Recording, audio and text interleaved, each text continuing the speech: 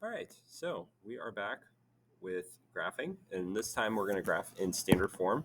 Now, with standard form, there is two different ways to do this. The first one I'm going to show you is what you consider a shortcut, and then, of course, there's completing a square, um, which you could do as well in order to get it into vertex form.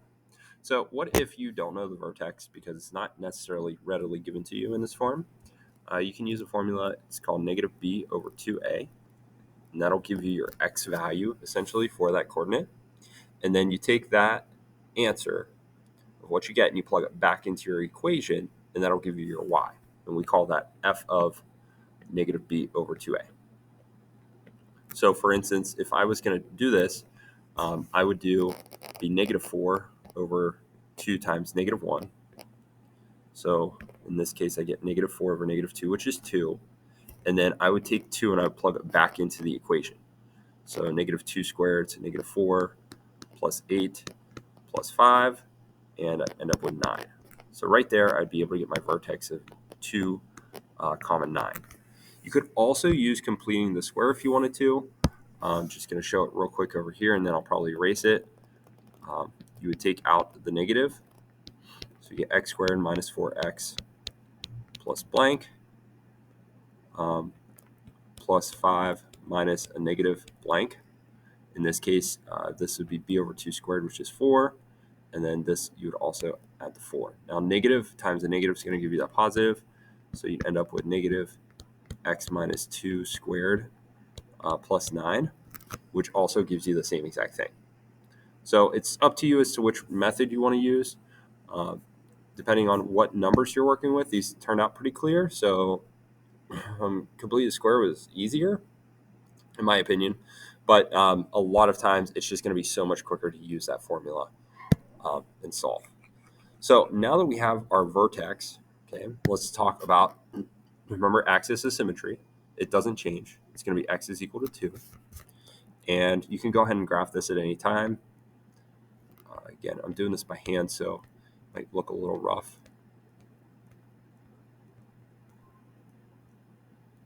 And then x and y intercepts are very similar. X, you put 0 in for your y, solve. And in this case, because it is in standard form, you could try and factor.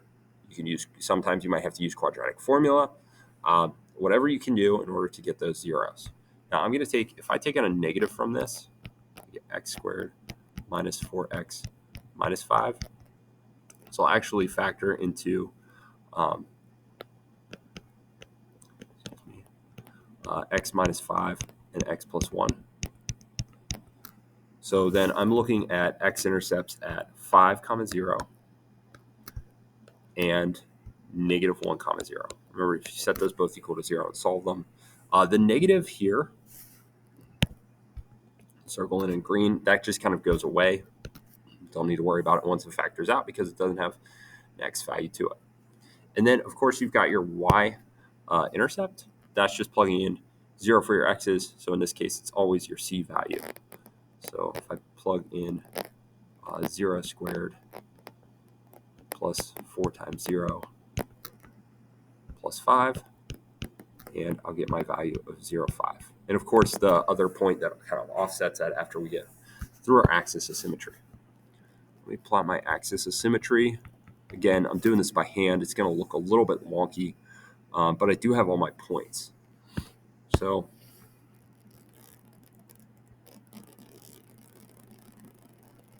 I've got my 1, 0,